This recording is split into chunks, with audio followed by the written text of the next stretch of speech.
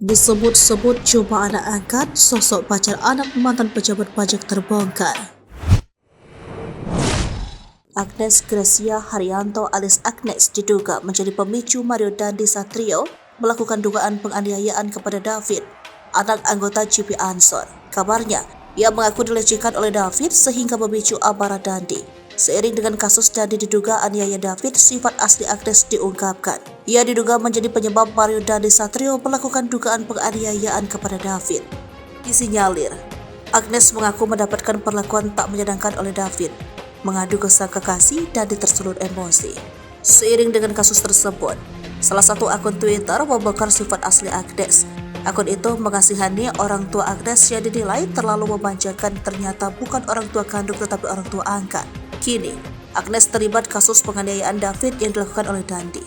Kata akun tersebut, orang tua angkat Agnes pasti kecewa dengan anaknya yang disayang dan dimanja sejak sekolah dasar malah melakukan hal ini. Akan tetapi, akun tersebut juga menyatakan bahwa Agnes sering playing victim sejak masuk ke sekolah dasar.